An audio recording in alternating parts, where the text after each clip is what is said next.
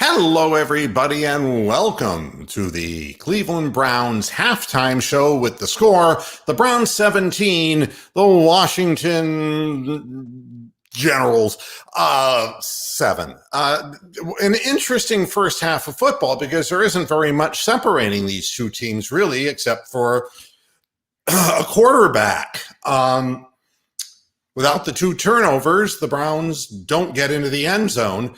And because of the better field position that we were able to acquire, we started to get the running game going, which is rather significant. I'd say this. The Cleveland Browns came out playing a conservative style of football. They looked like their receivers were covered. It looked like Baker was having some problems as far as in the pocket, getting a little bit pressured. So the front line was being pushed backwards. Our running game, our inside running game, I should say, was not working. It looked like, and then, the touchdown pass, the Browns secondary looked as porous as it's been for the first 2 weeks of the season. But it's what we talked about on the show over the course of this past Friday, is that a leopard doesn't very often change its spots. And Dwayne Haskins hadn't thrown an interception this year, but I know better because I saw him play last year, and he's a walking, talking DeShone Kizer. He has a tendency to throw picks.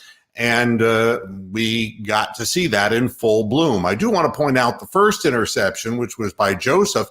I think that number 96 in the Browns, Taylor, I think that somebody should sit him down and tell him not to stop blocking and to raise his arms up in the air like, this could be a touchdown, and then have his guy get stripped from the side. We were very fortunate to have recovered that fumble. The second pick, I could not believe, period.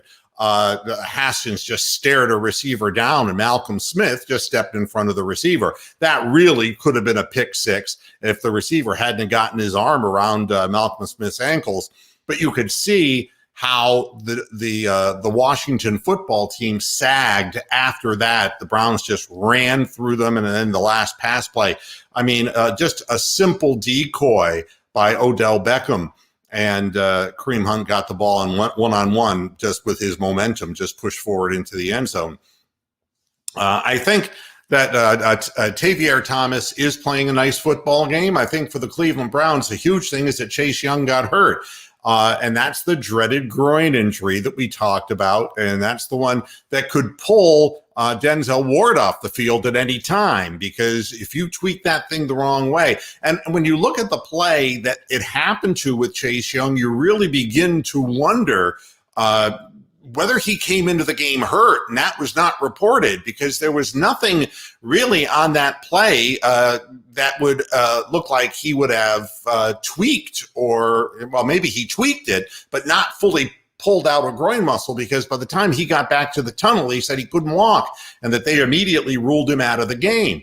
A very odd circumstance. That's correct, Brian. The mistakes made by the rookie, 2 false starts by Jedrick Wills. And, again, in the beginning, it really looked like the defensive line of the Washington Redskins, and I'm going to call them that because I'm not going through this football team bullshit so that Daniel Snyder can make his little bogus statement. Fuck him. He's a jerk. I guess what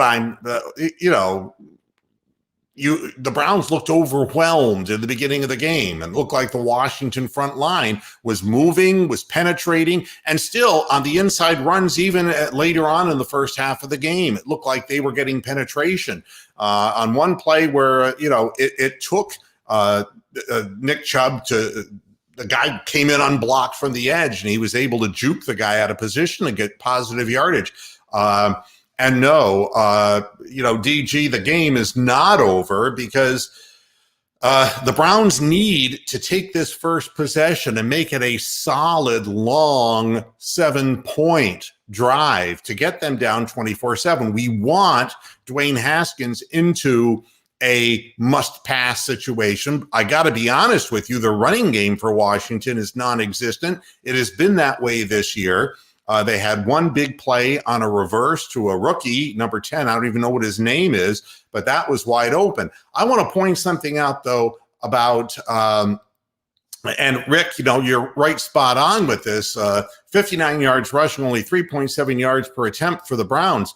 But I think there's a good reason for this. I think that they are really over committing on defense. And I think the cutback that we saw by Chubb getting that big run,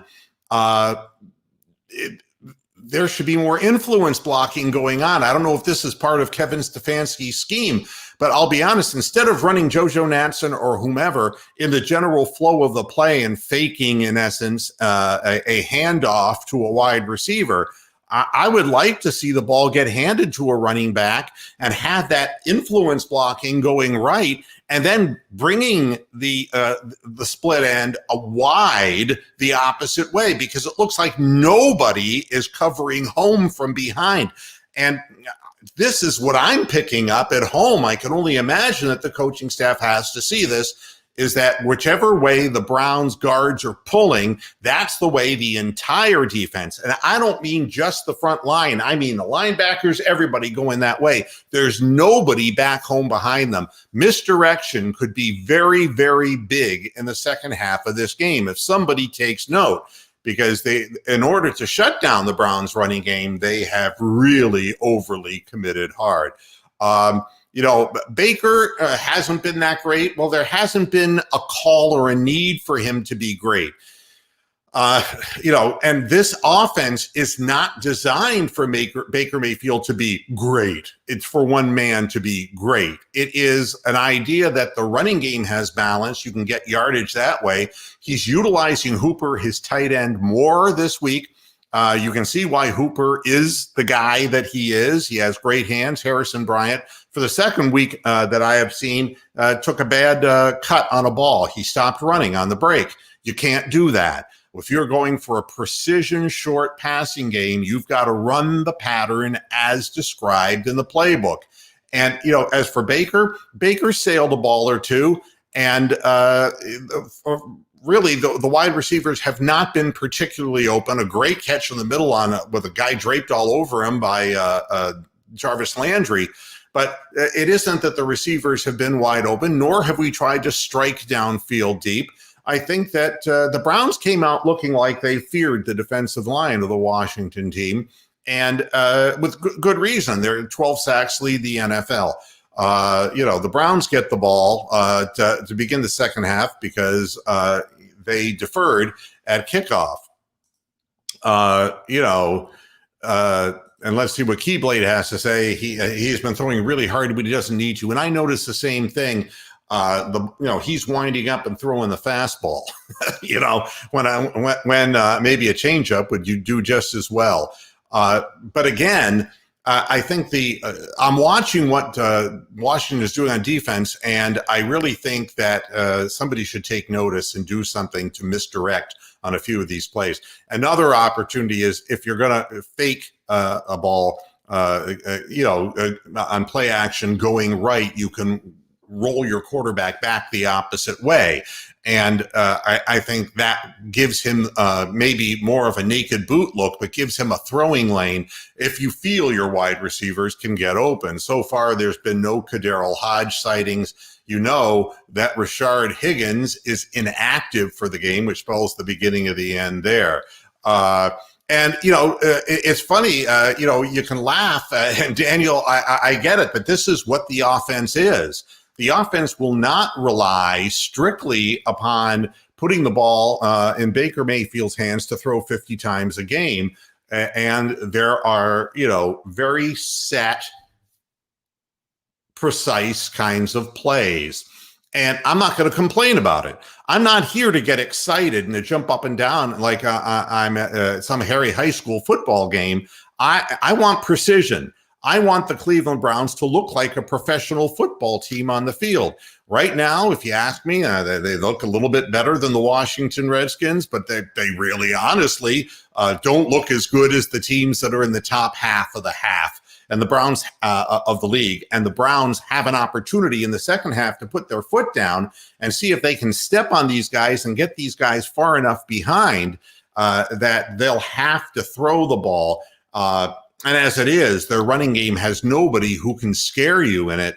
The issue here is whether the Browns, in their drops and in their zone coverage, can force Haskins into staring receivers down and stepping in front and confusing the young quarterback. Everybody is dealing with injuries. I think that, but watching Chase Young go off the field had to be a blow to that team. And the way the first half ended had to be a blow to the Washington team, because it was too easy for us to get in, and we didn't even use any timeouts. We just let the clock keep running. It was like we were sure we were going to score, and this is what it does come down to, Brian, is that, if you didn't get the stat, it's been 84 consecutive games since the Cleveland Browns have played under 500 football. And the last time when they were over, the announcer said that they were over 500, they came out and lost 30-0. And that was all the way back, I think they said, in 2014. So the Cleveland Browns are not used to playing from ahead, not just in football games, but in record. And going 2-1, it seems like a molehill to a lot of fans, but to our fans, it's a mountain, because it's a mountain we haven't climbed in 84 consecutive games. So that's, and I think everybody is glad that Hooper didn't hurt himself badly early in the game, because we need him. That's a possession receiver that we absolutely need. You're very welcome, Brian. When guys make good points and women make good points here, we put them up. That's one of the beauties of StreamYard that I'm using, is I can see everything that everyone's saying, and I can put these things up on the screen so fans can, I'm not seeing a good enough pass rush. That was a great individual effort, pulling at the shirt by Garrett Miles and Myles Garrett. And I'm Listexik.